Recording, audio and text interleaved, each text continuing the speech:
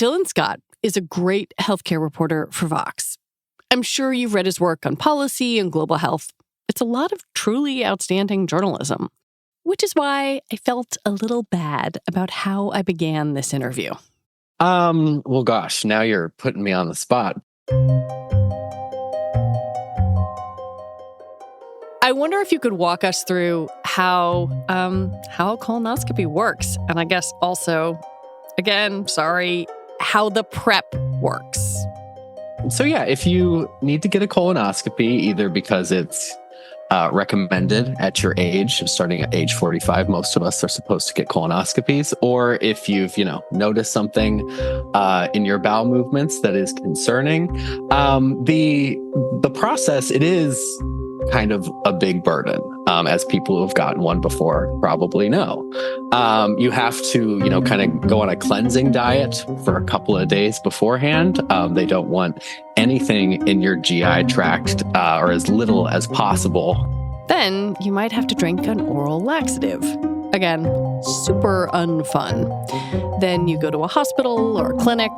You get put under. A doctor, takes an instrument, a telescope basically, that they insert into your colon, and they look around for signs of any unnatural growth that might either be precancerous and later develop into cancer, or is already a cancerous growth. So yeah, it's not the most pleasant experience, according to anyone I've ever known who's had one. And this is the traditional screening method for colorectal cancer, right? Correct, yes. And certainly the most accurate that we have right now. But that has the potential to change. On Monday, the Food and Drug Administration approved a new approach to detecting colorectal cancers, a blood test.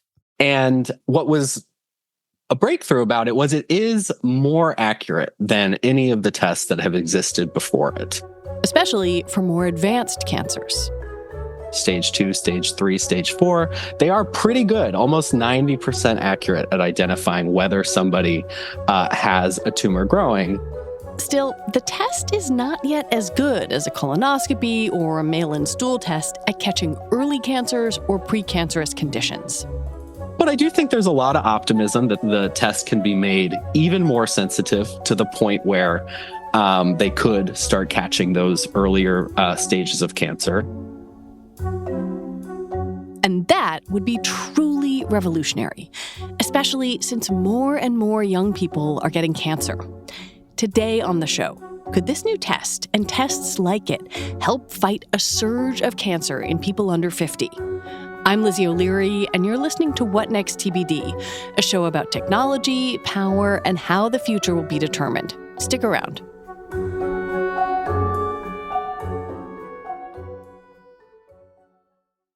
Have you heard about Doublenomics? It's okay if you haven't. It's extremely niche and practiced by Discover. Here's an example. Discover automatically doubles the cashback earned on your credit card at the end of your first year with Cashback Match. That means with Discover, you could turn $150 cash back to $300. It pays to Discover. See terms at discover.com/creditcard. If you're looking for a simple yet sophisticated investing experience, check out public.com. From stocks to options, bonds to crypto, it's all there. You can even earn an industry-leading 5.1% APY on your cash. Public is trusted by millions of investors, and NerdWallet just gave Public 4.6 stars and calls it an impressive experience. Sign up in 2 minutes at public.com. All your investing in one place. This is a paid advertisement for Public Investing. 5.1% APY as of June 17th, 2024, and is subject to change. NerdWallet overall rating 4.6 out of 5 as of May 2024. Full disclosures in the podcast description. The test the FDA just approved, the Shield blood test, is made by a company called Guardant Health. The way it works is by detecting a tumor's genetic signature circulating in your bloodstream. When a tumor starts to develop in your body, it starts to shed DNA that does not look like, the DNA that is naturally forming in your body. And so what these tests are able to do is they can pick up, when they take a sample of your blood and, when the test is run, they can identify whether there's some of that unnatural circulating tumor DNA is the term of art in the scientific world, whether any of that is present in your blood sample. And if it is, then, the recommendation is that you do get a colonoscopy as a follow-up to confirm that there's, confirm either that there is a growth, figure out obviously what stage it is, what prognosis it might be, what you might have, what treatment that you should get. But it's supposed to be kind of an early warning indicator that something is going wrong in your gut or in your colon. But as Dylan mentioned earlier, it's not a perfect test. In the earlier stages of the disease, when the growth is smaller, that means that there's less of this tumor DNA circulating through your body because there's simply not as much of it. And so that does make it harder for these blood tests to pick up a meaningful enough amount of that tumor DNA to give you a positive result so that you know that there's something going on and you should go and get a follow-up colonoscopy, consult with your doctor, etc. And so when you compare that to, a colonoscopy, it's just not going to have the same level of accuracy as an actual camera inside your body in the particular place where we're concerned about the cancer growing. One of the things that I think people are excited about, understandably, is that it might be more appealing to get a blood test than a camera, up your butt.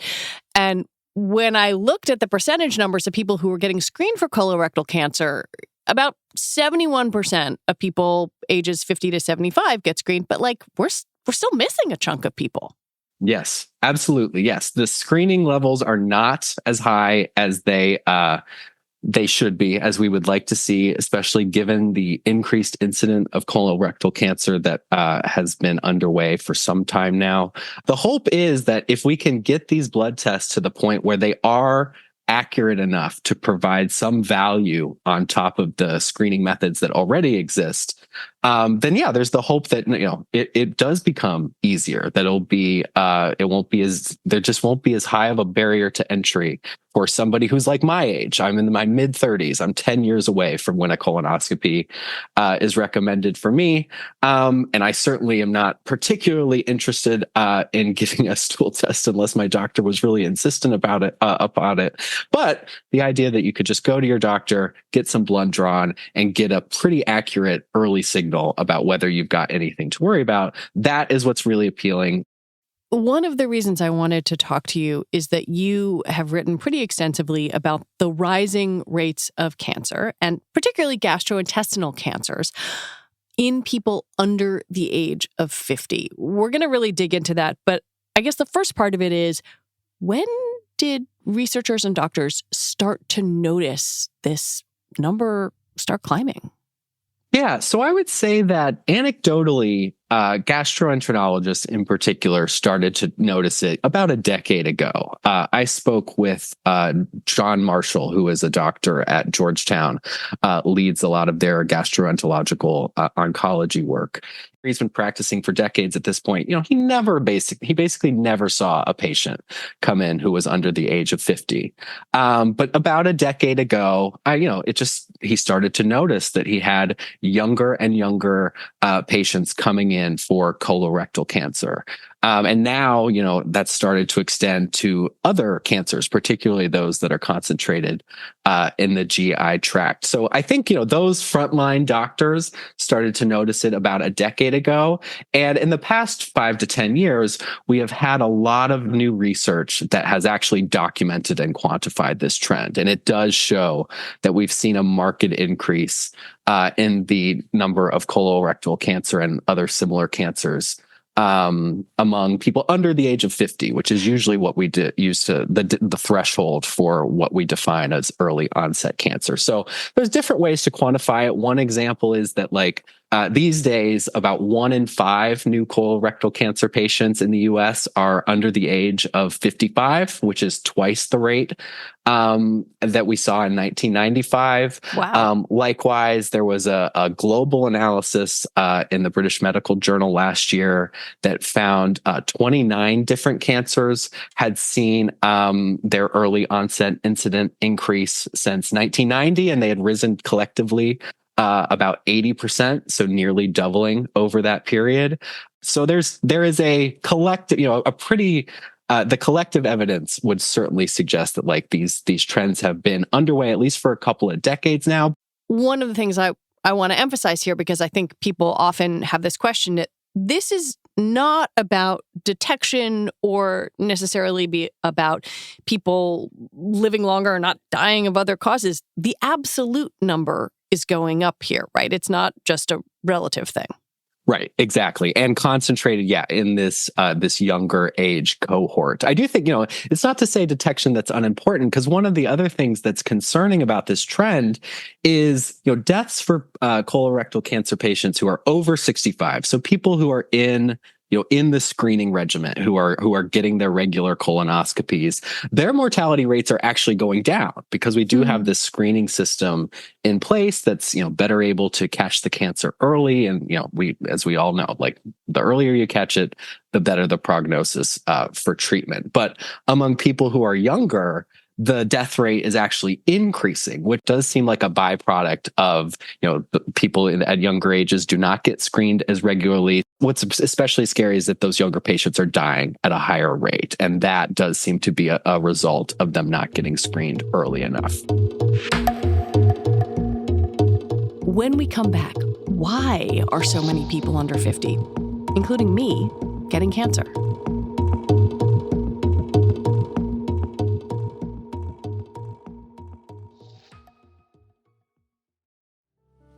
This episode is brought to you by SAP. First, the bad news. SAP Business AI won't help you generate cubist versions of your family's holiday photos, but it will help you understand which supplier is best to help you roll out your plant-based packaging in Southeast Asia. Identify the training your junior project manager needs to rise up the ranks, and automate repetitive tasks while you focus on big innovations, so you can be ready for the next opportunity. Revolutionary technology, real-world results. That's SAP Business AI. Have you heard about Doublenomics? It's okay if you haven't. It's extremely niche and practiced by Discover. Here's an example. Discover automatically doubles the cashback earned on your credit card at the end of your first year with Cashback Match. That means with Discover, you could turn $150 cash back to $300. It pays to Discover. See terms at discover.com/creditcard. This episode is brought to you by SAP. First, the bad news. SAP Business AI won't help you generate cubist versions of your family's holiday photos, but it will help you understand which supplier is best to help you roll out your plant-based packaging in Southeast Asia, identify the training your junior project manager needs to rise up the ranks, and automate repetitive tasks while you focus on big innovations, so you can be ready for the next opportunity. Revolutionary technology, real-world results. That's SAP Business AI. What is the hypothesis, or what are the hypotheses about why this is happening? That's the $64,000 question, Lizzie. John Marshall at Georgetown told me, the reality is we don't really know. We may never exactly know, and there probably isn't just one thing that's contributing to this. In all likelihood, it is a combination of a bunch of different environmental risk factors, behavioral risk factors, that all add up to increase the chances that someone will develop cancer. But some of the likely culprits are things like diet. We've known for a long time that obesity is associated with a higher chance of developing colorectal and GI cancers. Specifically, ultra-processed foods that are high in fat, alcohol, these have been associated with a higher risk of gastrointestinal cancers. There's other things that have been associated with an increased risk of cancer developing, like exposures to toxins in the environment, potentially exposure to microplastics, which people are talking about all the time these days. Even something like getting less sleep or more interrupted sleep, which I know is just something that we parents love to hear, is associated with could be associated with a higher risk of developing cancer. So I think it's when you combine all of these things together that I think that's the best explanation that we're going to get. When I think about a highly processed diet or exposure to microplastics, often I think about an American diet, a Western diet. Does the research reinforce that, or is this more global?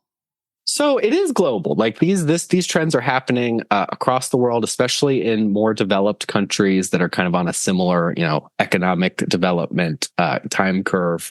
But nevertheless, like some of the dietary factors that we do think of as being kind of unique to the American diet do seem to play a big role. So like deep fried foods, processed foods, foods that are high in fat, animal products. We're big meat eaters here in the United States. Sugary drinks and desserts, all of those, diets that are high in all of those things. And I tend to think of the American diet being high in all of them, are associated with a higher risk of developing cancer. And likewise, not eating enough fiber, for example, is associated with a higher risk. So it's like we kind of have, and I know that we here in the United States, I've heard it directly from my own primary care doctor, do not eat enough fiber in general. So it's like we have too much of the bad stuff and not enough of the good stuff. And, again, it's easy to see how those two things could combine to drive this higher risk of cancer development that we've seen. So this is the point in the conversation where I need to say that I, a 48-year-old, otherwise pretty healthy, was diagnosed with lung cancer last year. And I think my example is illustrative, even though it's a different kind of cancer, because I had no risk factors, not a smoker, and mine was found utterly by accident on an unrelated scan. Mm-hmm. And that leads me to this larger question of, do screening guidelines need to change? Do we need to rethink the way we, think about who is at risk for cancer in the face of this data that's showing us younger people are getting it?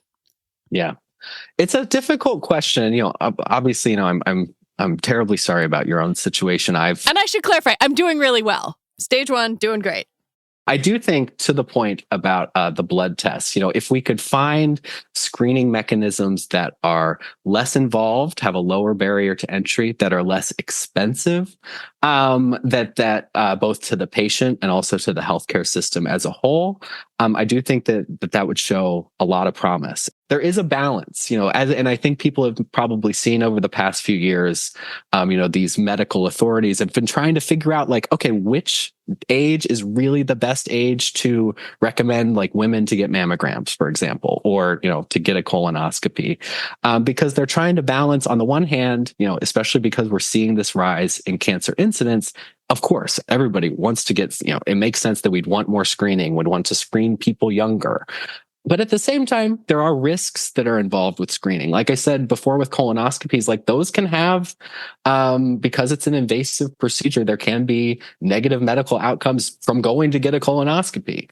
And like with these new blood tests, if they, give somebody a false positive, and, if they give somebody a false positive and they go get a colonoscopy and even nothing goes wrong, that's a big waste of money and time and resources for everybody involved. At the same time, like if they go and get a follow-up colonoscopy because they got a false positive and, God forbid something bad happens during the procedure, then you've really like created a problem out of nothing.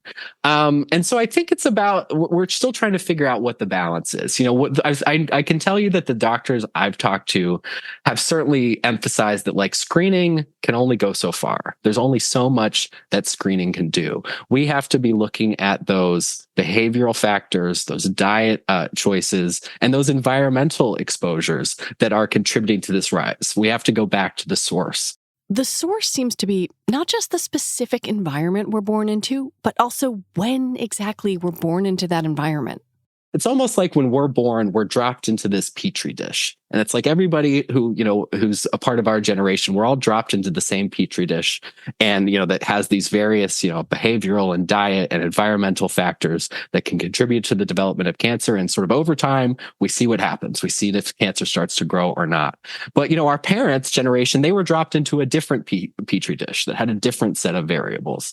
And so, this generational cohort, the generational cohorts have different risk factors. And so part of what may be happening is our generations are now reaching the age where, the exposures that we faced when we were, in the womb or very young or maybe early in adulthood, there's an increased thinking that exposures at pivotal points of a person's life may play a role in their developing cancer later.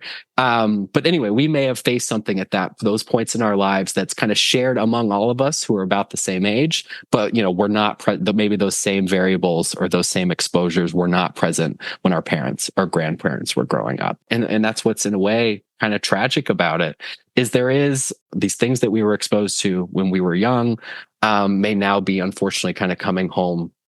We in the US live in a fractured and complicated healthcare ecosystem. No matter how you get your care, someone, whether it's a private insurer or the state or the federal government, is involved in that transaction. I wonder how the complex insurance universe complicates this picture. It doesn't help. I can say that much. There is a lot of evidence to suggest that, the high out-of-pocket costs that we place on patients here in the US with our multi-payer system leads to people not seeking out healthcare, even healthcare that could be really valuable, like getting screened or treated for cancer. We mentioned before that, colonoscopy rates are not nearly as high as they should be. I don't know of any studies that have attempted to estimate like what share of that percentage of people who aren't getting the recommended colonoscopies are not doing so because of the cost. But we certainly know that colonoscopies can be, a couple of $1,000s out of pocket. And there is a body of evidence that suggests that, the more out of pocket obligations we place on patients, the less likely there are to access healthcare. And I'm sure it's easy for somebody who's like, well, yeah, my doctor said it might be a good idea, but like if I've got to pay a few $100 even for some of these stool tests or these new, even of the blood biopsy tests once they come on the market, that's a lot of money. And we're not even sure if it's going to find anything. So maybe I'll just put it off and see, maybe if anything gets worse with my symptoms, things like that. Like it's very easy to see how you could have that chain reaction, which again, ultimately leads to cancers being diagnosed later and people having a worse prognosis once they are diagnosed. You hinted at this a little bit in one of your answers, but there is something that I have noticed in my own cancer experience, but also just the way we think and talk about cancer, where if you do everything right and you eat healthy and you get screened, you're safe. And I think any cancer patient can tell you that's BS. And I wonder if there needs to be some sort of systemic rethink of cancer from a problem of the individual to one that is truly societal. I think certainly if you speak to the physicians who are treating these patients, they would argue that needs to happen. In a way, this goes to very foundational questions about, like the world we're trying to build. And like, how do you, at the end of the day, it's like, what does a balanced diet really look like? And how do we feed 8 billion people a diet that lowers their risk of dying young from developing cancer? Certainly one of my takeaways from reporting on this is not just about like, what people choose to buy at the grocery store or what they order from a restaurant. At the same time, we have to recognize the limitations of individual choices, and appreciate that, yes, like the food system, supply system that we've set up, the toxins that we've put into the environment, these are the things that at the end of the day are probably contributing the most to this rise in early onset cancer. And so if we're serious about trying to get these trends under control and ultimately save people's lives, we got to go back to those root causes and try to do something about them.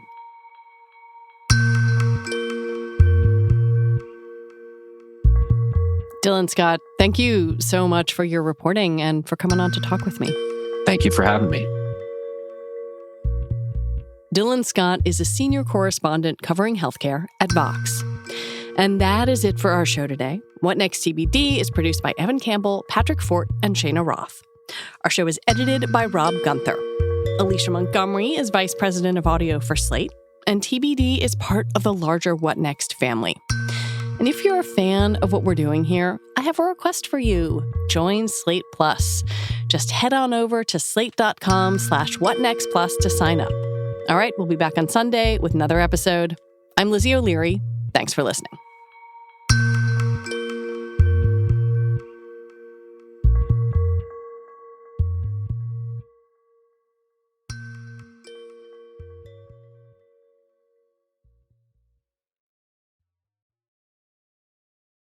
I'm Victoria Cash, and I want to invite you to a place called Lucky Land, where you can play over 100 social casino-style games for free for your chance to redeem some serious prizes.